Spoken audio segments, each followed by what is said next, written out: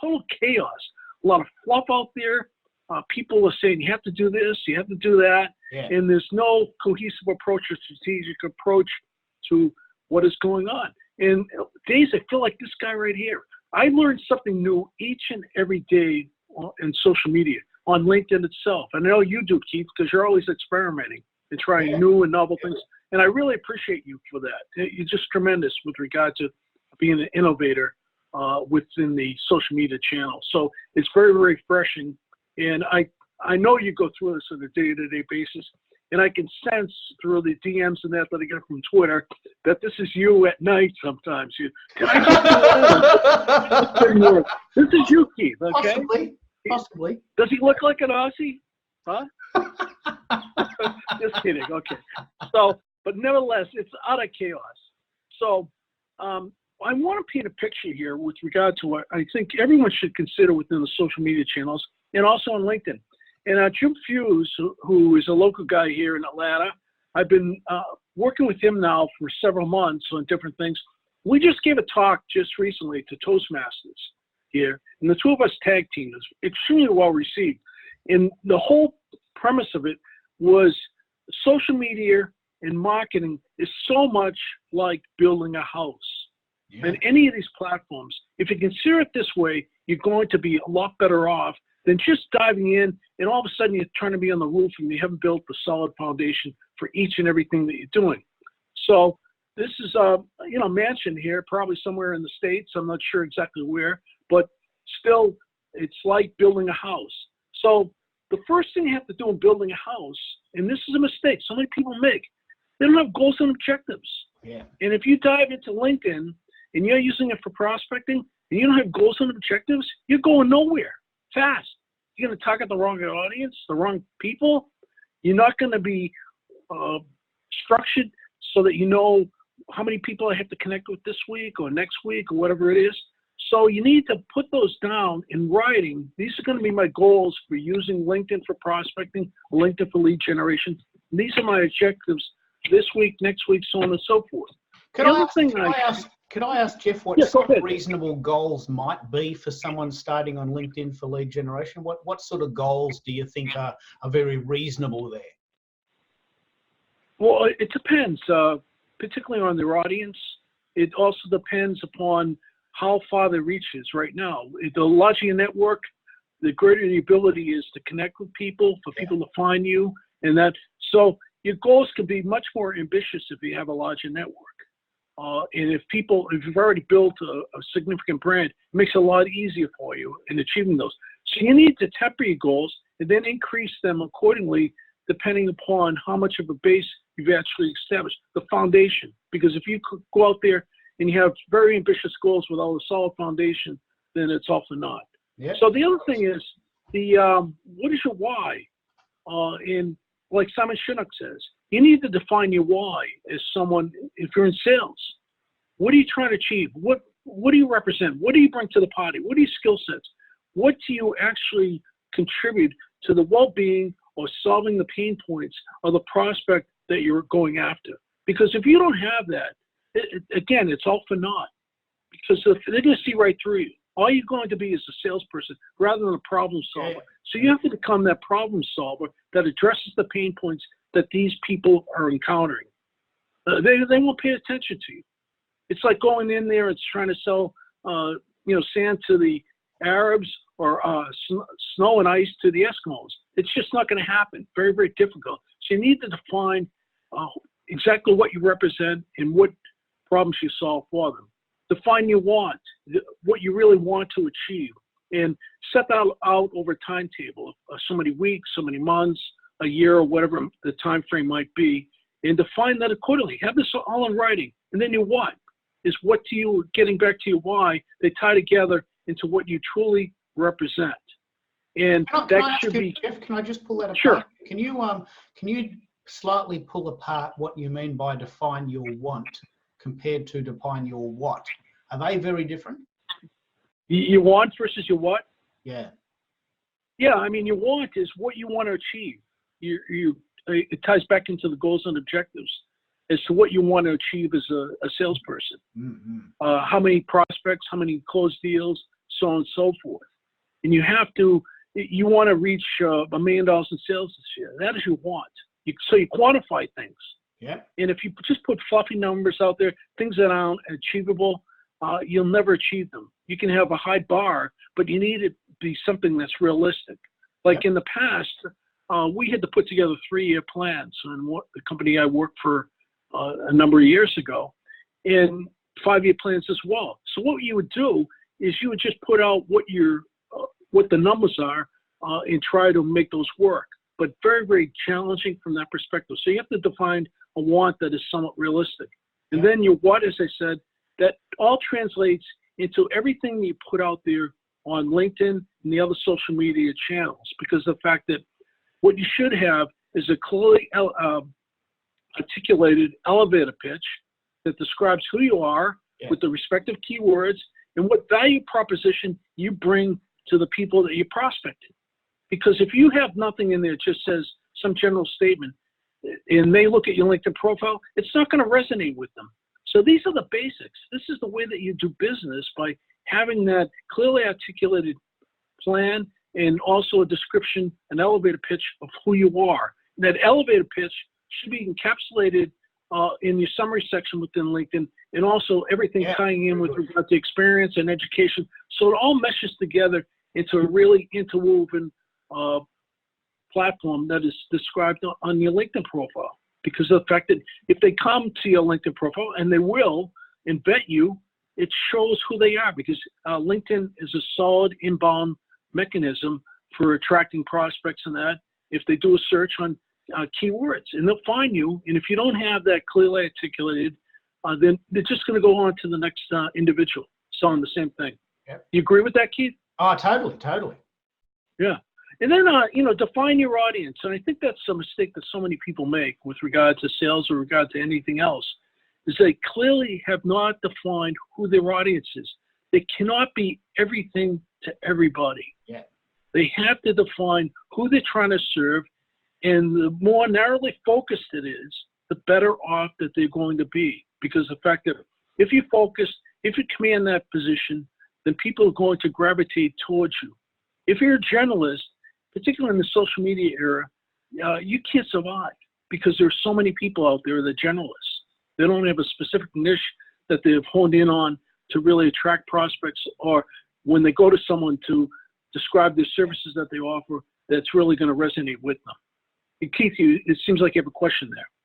No, I'm absolutely on target there with the idea of defining your audience, because you cannot be all things to all people. And I'm guessing that's why the next point is focus, yeah?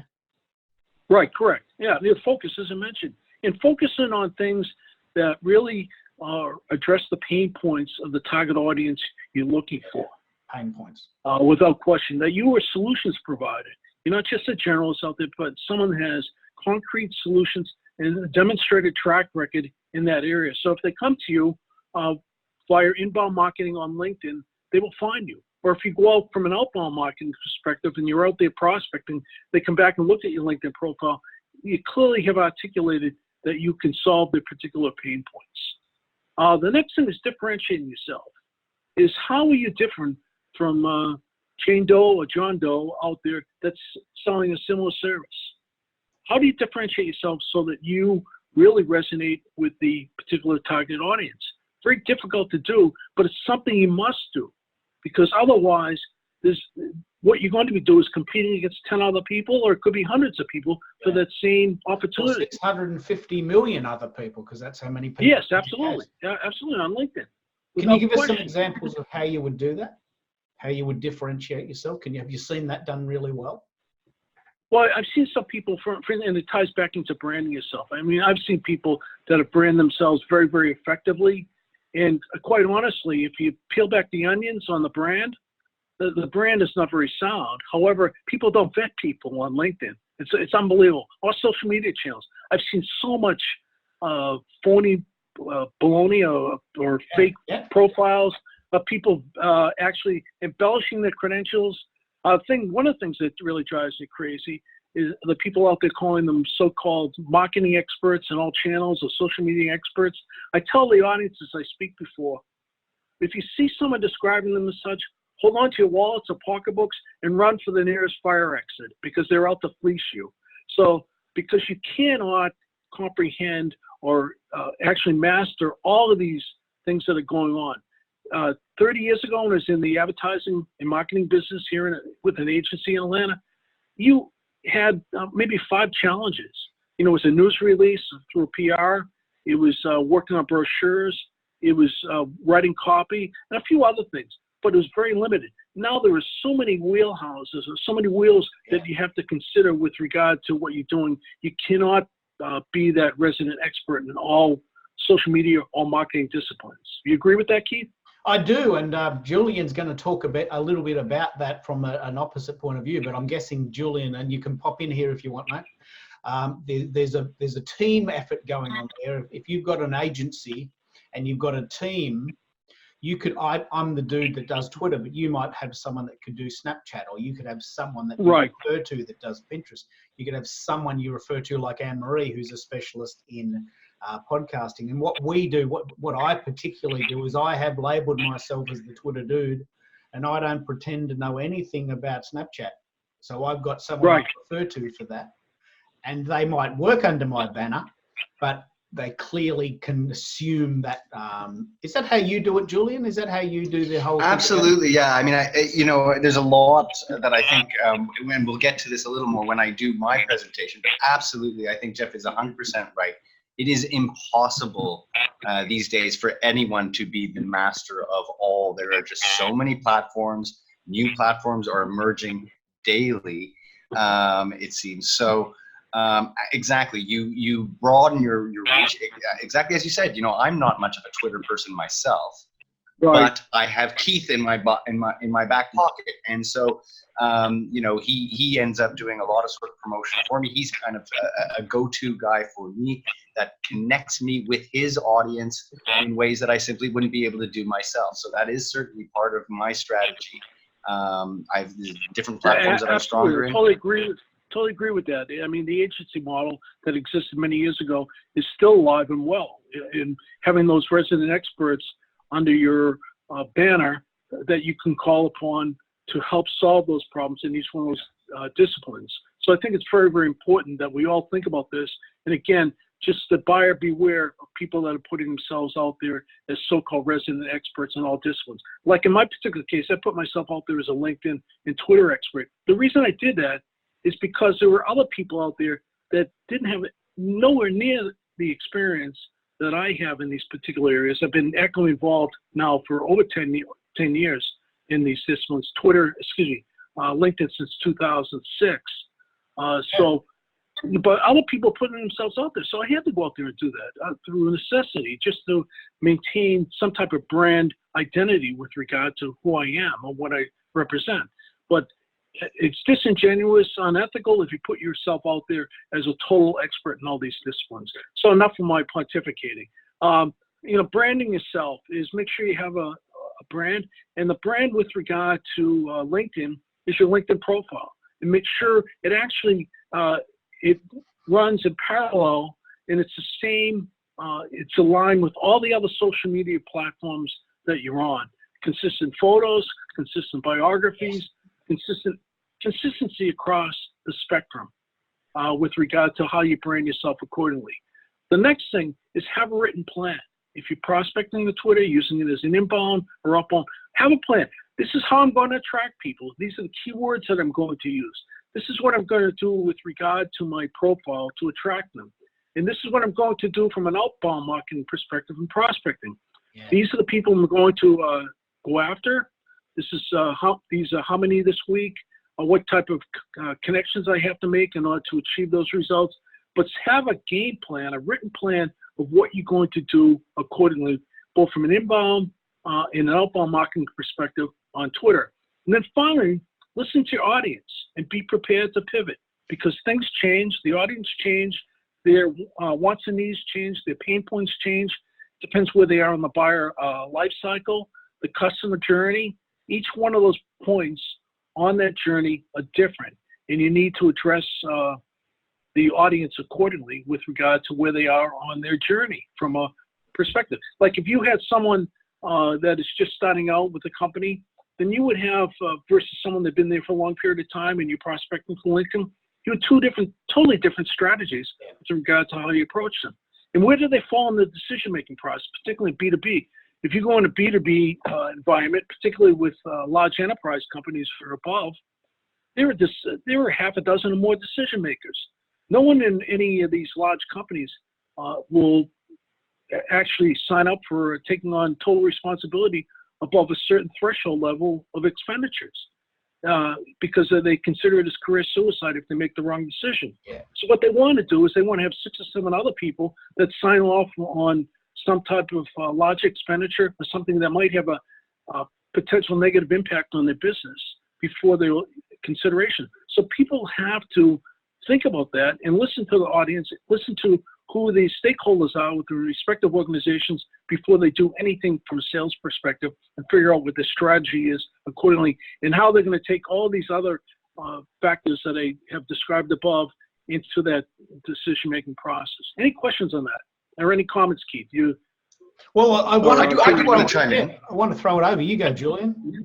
Yeah, well, one thing, I mean, that last one I think is a very critical point, and it's something that has transformed, I think, our industry. And Jeff, if you're saying you've been in marketing for 40 years, then you, like me, will remember the days when, first of all, that the workflow was a waterfall workflow. So agencies would, you'd have your ideation group, and then they would hand that off to the designers, and then the designers would hand that off to the programmers.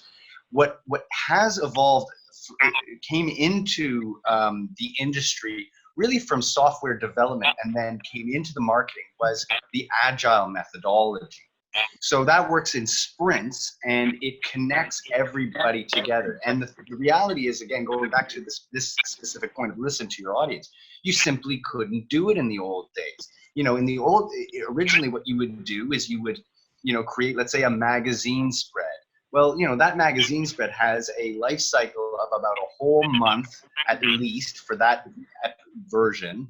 And you weren't necessarily really getting any feedback. You didn't even have clear metrics that, okay, this many people saw the ad in that magazine and therefore that many purchased. You simply just didn't have that feedback loop. But this is what, in particular, social media has absolutely transformed, is that feedback loop is immediate. And so, exactly, you are able to change course on a dime. You should be able to. That's why I think agile is a very appropriate word for it. For that methodology, is that now you're finally able to respond to your audience, hear what they're saying, and make changes the next day.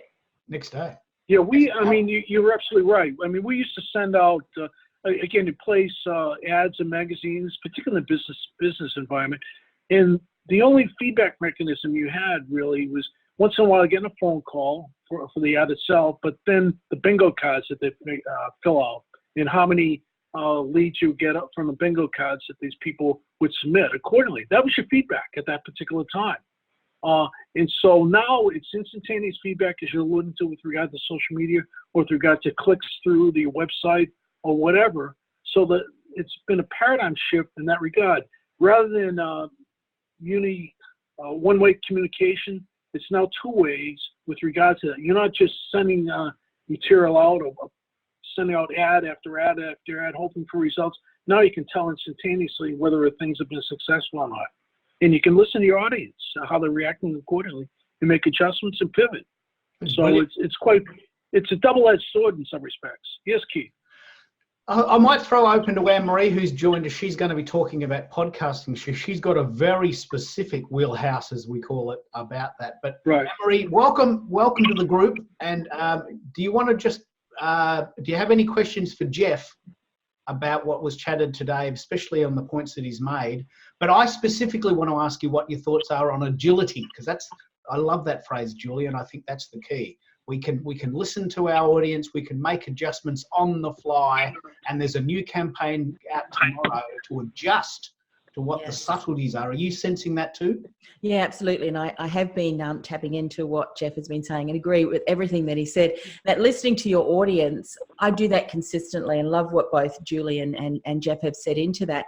Because what I'll often do is observe people's comments and their reactions. And quite often the comments that they use, or the phrases, the language, identifies the emotion that people are experiencing and sharing. And I'll use that to formulate or to structure, future podcast episodes or things like that. But if I look at pivoting and shifting, listening to the audience, I can probably backtrack my entire career and business changes is because of the demands and what my clients, we were originally, you and I, in the career industry. Then a lot of people started to say to me, well, we're now getting out of careers. We want to get into entrepreneurship businesses. Can you support us? So modeled that. And then from there, well, now we're seeing you've been podcasting for the last umpteen years. Can you support us in doing that? So I've always waited for that shift, for the conversation to start happening in the, in my community. And kind of tapping, into what's happening in the world, and then shifting my business model around where I can see the market is going. So it's important to listen. You can provide so much information from your audience, and your community at large. Brilliant. Okay. Well, let's keep moving. What do you got for us? Yeah, okay. Basically, as I said before you even get started with LinkedIn for prospecting or whatever, these are some of the considerations that you have to make. And this holds true to any social media channel. Anything that you're doing in marketing nowadays, this is what you really have to do as far as a solid foundation before you move forward. Don't just jump into the tools. Think about this, because this is what is going to one of your main keys for success in whatever you're doing. Okay, so you built the foundation. The second thing is constructing your first floor, and then building a social footprint. Your social footprint in this particular case is LinkedIn. So you want to build that social footprint and you want it as formidable, as authentic, and credible as possible. And make sure you cover everything. Having an up-to-date photo. In my particular case, I was challenged with getting an updated photo because Jim Fuse, who I work with here locally, had just moved over here from North Carolina, which was one of the states here in the U.S., to Atlanta about a year ago. And he saw me at a networking meeting. He looked at me. I said, who's this guy? He keeps looking at me like I have two heads or something. So I said, I know you. I said, you do? He said, I've seen your picture on social media. He said, what's your name? Jeff Sheehan. So I said, who I was. And he said, oh, now I know who you are, but I didn't recognize you because your picture, you have gray hair. And being an entrepreneur, being in this space for a number of years, will quickly turn your hair gray, okay? So you want a degree of authenticity with regard to your social footprint, making sure that you're up to date with regard to your photo. The photo that you have on LinkedIn is very professional, as well as everything else. And then the other thing is with regard to make sure your summary, your experience in that is all authentic, and it really clearly represents what you're trying to achieve and what you're trying to sell as far as the target points and addressing those pain points for your respective customers and prospects.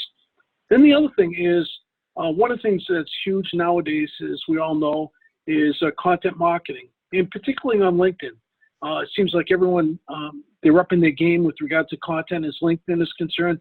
Video seems to be emerging as one of the things that so many people are doing. Whether it's effective or not, I think the jury is still out on that. I can tell you back in 2010 when I started becoming aggressively involved in social media, the people I was involved with at that time said, we need video for this, video for that.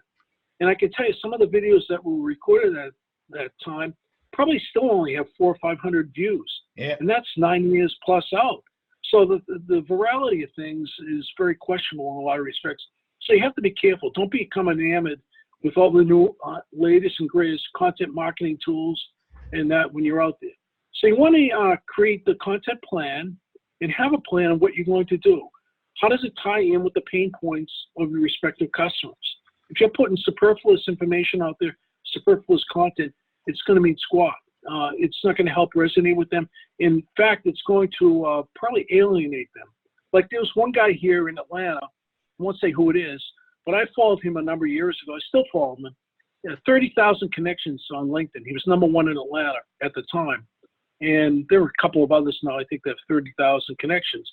And what he was doing as far as content, he was publishing like 12 to 15 content pieces a day. Well, the content pieces that he was putting out there, he was selling everything under the sun. I swear to God. Yeah. And he'd be trying to sell you suntan lotion in the middle of winter.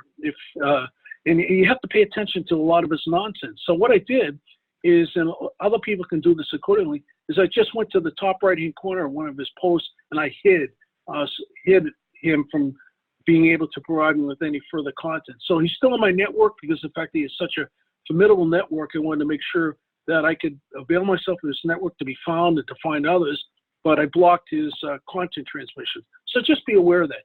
But create content that resonates, after you develop the plan, that resonates with your target audience. And don't be superfluous with regard to what you're publishing. And then think before acting. Make sure that the content you're publishing or curating of that is really something that's going to resonate and address the pain points of your respective audience. Otherwise, it's just going to be fluff out there. It's probably going to alienate them more than help them or have them gravitate towards you and interact with you accordingly. Interact and engage. If someone publishes, particularly within your target audience, the target companies, publishes something, like their posts, comment on their posts, interact with them, engage with them, because of the fact that it's going to help you tremendously with regard to your inbound lead potential on LinkedIn, as well as your ability to connect and nurture a relationship with these individuals. Be accessible, which means if someone contacts you or wants to contact you, be accessible to them. Don't have your follow mechanism on LinkedIn and not connect with me, because of the fact that I think that alienates a lot of people accordingly. So be accessible for people that want to reach out to you and connect with them. Don't be someone that feels they're on the top of the mountain and is not reaching out to people. Be careful and be cognizant of your follower ratios on your respective social media channels, so that there's somewhat parity between the two, because of the fact that otherwise I think people sense that you think you're above them and not approachable and won't engage with them accordingly, so they won't reach out to you. So you want to be accessible and communicate and interact with people. And then finally is if you're targeting an audience, start writing. Don't just be a content curator, but start writing articles and publishing them on LinkedIn. Again, articles that are keyword rich and actually resonate in addressing the pain points of the customers, the prospects you're trying to attract. Everyone agree with me in that assessment? Can I just ask?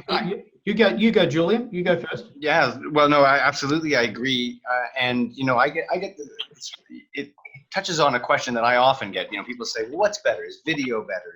Is creating images? Are articles better?" My personal take is this: you know, unfortunately, even when you have a defined audience, you can't necessarily be sure that doesn't mean that, you know, all of your audience always responds to video or always responds to articles. Correct. Or always responds to posts. So I often recommend that people diversify, see what's working with them.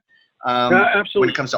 When it comes to articles, for example, you know, I've noticed that that's one of the exceptions to the rule. Usually on most platforms, when things are hosted natively, they perform better. Now, I've noticed that articles that link out to your page tend to get a little more visibility. But the great thing about a native article on LinkedIn in particular is that remains there on your profile. And so it's a great, you know, as key content, it's a great thing that people can come and reference. And then the other little thing that I'll just throw out there that's a little off, when you're giving some of this advice that you've been giving for how to manage your profile, as you're saying, you know, a picture is key. That little description that you put right under your name, you know, that little one line about who you are, what you do, that is such a critical piece of your branding. A lot of people sometimes have the tendency on LinkedIn to put what their job title is, but really what you should be doing is exactly what you were saying in the previous slide about explaining to people, you know, who you are, who your audience is, what problem do you solve. And the reason why that one is so particularly important is because every time that you do comment on someone's post, that tagline follows you everywhere you go. So that's the line Absolutely. that quickly tells people what you do, who you are. Correct. Comment on that, agree with Anne-Marie? you. Do you have a comment on that, Anne-Marie? Yes, totally agree. Just one tip that I learned, and I had no idea about this, because you've only got a certain amount of characters. Jeff, you probably know exactly the characters on your headline, but if you go through from your app to LinkedIn, you actually get more characters, so you can fit more in. That is correct. Yes, To that absolutely. headline. Yes. Yeah. Yeah, so people do that accordingly, and again, be as descriptive as possible with addressing the pain points, but make sure also it's keyword rich. You want to make sure you have the keywords that attract the respective audience in all areas of your LinkedIn profile. Otherwise, if people do a search for you, they won't find them. However, with regard to keywords, I would just caution with regard to don't overstuff the channel. There's one individual I don't want to name because this person is a top 50 so-called social media expert. At one time, this individual was actually stuffing their LinkedIn profile. They would have their overall business, and they would have 10 or I think it was maybe 15 different job descriptions within that. And each one of those job descriptions would be keyword rich with regard to social media marketing, social media experts, so on and so forth. I swear, if you print it out, it would probably be about 10 yards long, serious. And I'm not kidding. And I mention this all the time. I didn't mention their name, but I called them out on the carpet on LinkedIn a number of years ago. And this person had the gall to go out there and teach others to adopt this strategy. To quite honest, to this day, I want nothing to do with this individual because I consider that totally disingenuous and unethical behavior. And I caution anyone out there is thinking about gaming the system. Do not do it. People will discover you when they're looking at your profiles accordingly. And those that are cognizant, those that are going to be in a buying position of your services, they're going to discount you and they will not want to do business with you. You have to be ethical. You have to be genuine and do things in the best interest of the community, which we have here of 650 million people on LinkedIn, because you'll be discovered and called out. You agree with that? Look, I think what you're saying here, mate, is absolutely pure gold, because you and I have been mates for a long time for exactly this reason. We're real people who help real people. We're not interested in gaming the system, as you call it. We're not interested in false fame. We're just here to help the community. And I know Julian and Anne-Marie are with me on this. You know, we're here to help people, real people. And right, correct. We need to ask people what they want. We need to respond to what they need. And what I might also say is that a very good friend of mine, Fran Petrie, is calling in or zooming in from, where is she? Fort Lauderdale, Fort Jacksonville. Is it Jacksonville, Florida? And I think she might have a question. So at some stage during the call, she may pop her head in and ask something. No problem at all. Jacksonville is about... You're right on the money. You know, you're right on the money here with the idea that really the essence of social media is to be social, to talk to real people. It's not about gaming and getting on these lists and winning awards. It's about talking to real people like Fran, who's taken the time out of her day to call in and listen to what we're saying. So hello, Fran. You can pop your head in if you feel game. But other than that, keep going. And what do you got for us next? So we've built the first floor, and now, whoops, I'm missing my second floor. I don't know what happened, okay? Oh, well, go straight to the attic. Yeah, we'll go straight to the attic. So, okay. Again, there was more, basically with regard to the second floor, and I apologize. I don't know what happened to the second floor. When I transmitted the slides over, maybe something was lost. But basically, the second floor is about connecting, building a network, and nurturing a network. And the thing is, what I stress, particularly within LinkedIn or anything else, is your network, as Porter Gale has indicated, and she wrote a book about it, the network is your net worth. And it's so very, very true. A lot of people that are out there are on LinkedIn, they're afraid of connecting with people because of one factor or another, but they have to put yourself out there. You have to be an extrovert. And remember, in this day and age, each and every individual out there on social media, whether they realize it or not, they're both a salesman or salesperson and a marketer. and they have to think accordingly. They have to put those hats on with regard to what they're doing, and it's incumbent upon them. And the other thing is, if you're a salesperson out there using LinkedIn, one of the things I would highly suggest is you volunteer. You go out there, and you'd be surprised the number of people I ask when I'm giving talks, how many of you volunteer? Very few people raise their hands. But it's a great way of building your brand on LinkedIn because you can clearly demonstrate what organizations you volunteer for. And when you're out there, it helps your frame of mind, it helps you network with people, and it's incomparable connectivity for your respective businesses. And then, go out there, use LinkedIn as a tool for connecting with people in real life, face-to-face meetings. It's not a tool designed for you to sit there day in and day out and just play online and not get with people face-to-face and develop those relationships. Wouldn't you agree, Keith? Yeah, well, I really want to pick up on this because I've been chatting to a number of really good mates about this. And my approach, which is slightly different to most people's approach, is that I spend a lot of time online shuffling through the networks. But when it's real, I pick up the phone. When it's real, I'll email you. When it's real, I'll come and have a coffee with you, because I've been to a lot of networking events where there's just no synergy at all, and I live a long way from the city, and it feels like a little bit of a waste of time. But on the other hand, I have been guilty of spending a little bit too much time in my jammies and forgetting that I'm talking to real people. So I make a really deliberate effort to pick up the phone, to go into the city, to DM people, and I'd be interested to know how people play that balance. How do we do that balance so that it's a combination of being effective with our time, but not forgetting that people are the point? No, absolutely, very difficult. What's your point? Julian, you want to, Marie, you want to weigh in? Mm-hmm. Well, I'm an introvert, so if I can do something online and build connections, I'm all for that. However, today I'm actually, Keith, you'll be very proud of me, I'm going to a LinkedIn local in Melbourne. Because someone is coming from the US and they're talking about LinkedIn videos, and that's a topic. Because Brian Schulman. It's noticing and finding the right type of environments. And you probably know this person, Julian. It's Dancing Diana. I think it's Brian Schulman, is it not? I'm guessing. Yes, because it was on that conversation we had, Julian. I thought that name rings a bell. So it's small world. Yeah. Well, no, this is the thing, actually. I mean, when it comes to content, it's the numbers are unbelievable. As you mentioned earlier on, Keith, there's about 650 to 700 million users on LinkedIn. Only 1% of them are consistently and regularly creating content. People will come in and start to create videos, create a bit of content, and then they will disappear.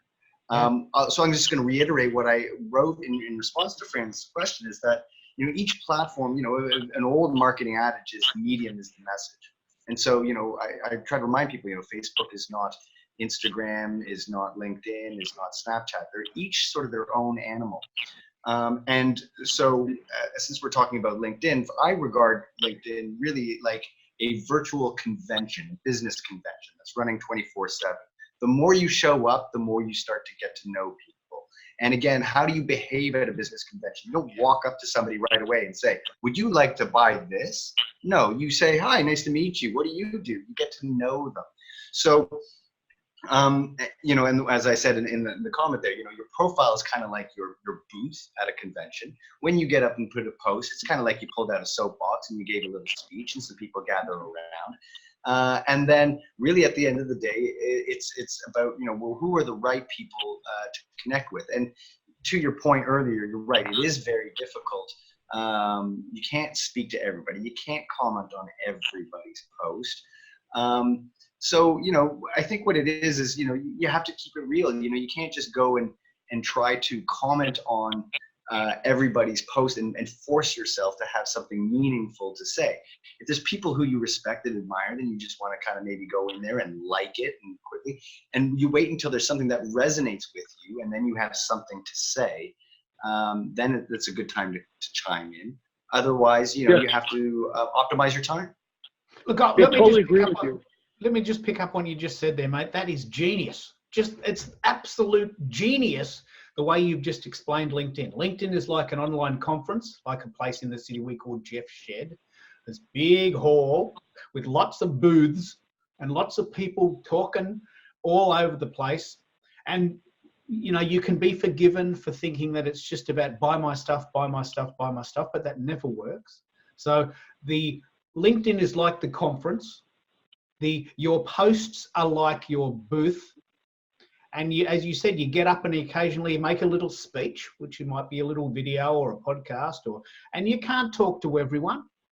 But if you take that approach that LinkedIn is like a marketing conference, then suddenly you've got your head screwed on right. You can't talk to everyone and you don't have to be there all the time, but you can be very targeted and give value first. So I think that's genius. But I want to throw to Anne-Marie on this because I know she's answered a little bit of what Fran has got to say. And thank you, Fran, for asking this question because it's really facilitated a deeper level of understanding. And then I'll throw back to Jeff to wrap up because Anne-Marie's coming in soon to talk about podcasting. So Anne-Marie, what's your take on this? Yeah, agree with everything that everyone has said. And I love, and I've just messaged Fran back. She said she's doing 2 to 3 platforms well in order to spend the right time, right time with family and so forth. And I think that was what Jeff was saying, and it really alludes to that, is have your strategy, have a goal, and then just continue consistently to work that. And I think sometimes when we force ourselves to be across all platforms, we do none of them well because we're stretched too thin and not leaving ourselves time to really focus and build those relationships on, a couple of key platforms where we know we need to be. So, love what everyone's saying. That's brilliant. Now, Jeff, you want to bring it home? Yeah, Anne-Marie, go and Anne-Marie's got to jump in too. Yeah, okay. Anne-Marie, I just want to emphasize one of the things, people should recognize the Pareto principle, where you really want to spend time, majority of time, that are producing the greatest amount of results for you. You can't be all things, all people, and you can't be on all channels. You need to pick your poison, pick where you're going to be with regard to what you're going to achieve accordingly. Otherwise, you're wasting your time in some respects. There's a rate of diminishing return between going from one platform to another and expanding that exponentially. You're just not going to see it because there's overlap of the audience. Your audience might not reside in XYZ platforms, so you need to be very careful accordingly. The other thing is, to wrap this up, put your training wheels on. Don't be afraid of jumping in, whatever you do. So just be aware of that. Do research. Continue to research your audience and what are they doing? Where are they residing? What are they doing on LinkedIn? Study the best. What are your competitors are doing out there? You even know the names of some of the key influential competitors. Study what they're doing. Work your plan that I talked about at the outset. And continue to work it, but refine it as necessary. And work hard. None of this stuff comes easy. As Keith knows. I mean, Keith, do you ever sleep? Yeah, I sleep between, just in case people don't believe me, I sleep between 12 p.m. and 6 a.m. Oh, okay. I was just worried about you guys. Okay? And then but I love what I do, and I'm always doing. I know you do. It's true. And then measure results. Am I getting the results that you need accordingly? You have to do that, and most people don't. That's why I'm saying you need a whole systematic routine, a plan, and everything else to go along with this. The other thing is become the rock star in your community. And community can mean different things to different people, but you really want to clearly differentiate yourself by becoming such a go-to person within your community that the business comes to you accordingly. There's one gentleman I know, he's a rock star. He's a mortgage broker. He's 79 years of age. And I swear he's never sold a mortgage in his life because he's become a rock star in his community through what Keith alluded to and which I subscribe to is helping others. Have a mindset of when I meet someone, what can I do to help that person get ahead in the world, either through a new job or a new opportunity or a new connection I might be able to make for them. Be in the moment. So you're looking at opportunities that are realistic at this time. Catch the wave. So you're out there looking at opportunities of what you're selling as to what particular industries are growing versus becoming someone that's targeting buggy whip manufacturers or plastics manufacturers. Plastics was great in the 60s when the old Graduate movie and the word plastics are used, but now it's anathema. It's something that people are gravitating and moving away from. Pivot if necessary. Don't be afraid of that. Remember, it's a marathon and not a sprint. So again, I really appreciate the time being on here tonight. Hopefully this information I conveyed was helpful. I certainly appreciated both Julian and Anne-Marie jumping in as well and making this worthwhile discussion. And now I violated my rules there where I had a typo, but I will go back and correct that accordingly. Yeah. Well, look, I really appreciate what you've done here, mate. I've taken some screenshots and I've recorded almost all of the recording. And thanks, Julian, for letting me know that I missed the first few minutes.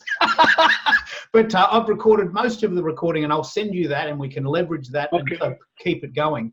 But I think what you've said here is correct. It's a marathon. It's not a sprint. No, we're in it for the long haul. We're in it to help the community. We're not in it for the quick sale. You and I and everyone on this call has been doing this a long time, and we know the value of the long game.